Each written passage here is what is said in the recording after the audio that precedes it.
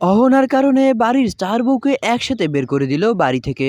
তবে তারা এখন কি করবে? কোথায় গিয়ে উঠবে? তারা কি বাপের বাড়িতে চলে যাবে? হ্যালো গাইস, কি অবস্থা সবার? ছোট বউ নাটকের আগামী পর্বের ধামাকাদার আপডেট নিয়ে চলে আসলাম আপনাদের সামনে। পর্বের শুরুতে আমরা দেখতে পারবো যে অহনাদের বাড়ি থেকে বের করে দেওয়া হয়েছে। তখন প্রতিবেশীরা বলতে থাকে যে, "এখন তাহলে তোমরা কি করবা? তোমাদের করণীয় কি?" অহনা প্রতিবেশীদের বলতে থাকে যে, আমরা কোনো ভুল কাজ করিনি। আমরা মাকে শুধুমাত্র তীর্থে পাঠিয়েছি। এটা তাদের জন্যই অনেক ভালো।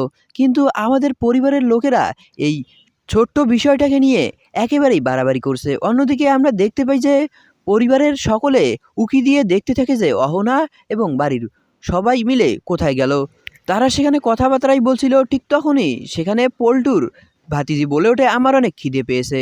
তখন সেখানে থাকা তার বড় দিদি বলতে থাকে যে, এখনই আমি কিছু খাবারের ব্যবস্থা করছি। অন্যদিকে পল্টু বলতে থাকে যে, ছোটু, তুই তো তোর বউকে কিছুই বলতে পারিস না। সে তার মনে যা কিছু আসে সে তাই করে। ছোটু এখানে তোকে সে একদমই মানতে চায় না। ছোটু এই বিষয়টি নিয়ে ভাবতে থাকে। অন্যদিকে আমরা বলতে শুনি যে, এবার আমরা ওদেরকে বাড়িতে ঢুকতেই দিব না। পরিবারের সকলেই এই কথা বলতে থাকে। এদিকে আবার আমরা দেখতে পাই যে মহল্লার মধ্যে একটা ছোটখাটো অনুষ্ঠানের আয়োজন করা হয়েছে, যেখানে অহনা এবং তার ভাবিরা নাম লেখাতে যাচ্ছে।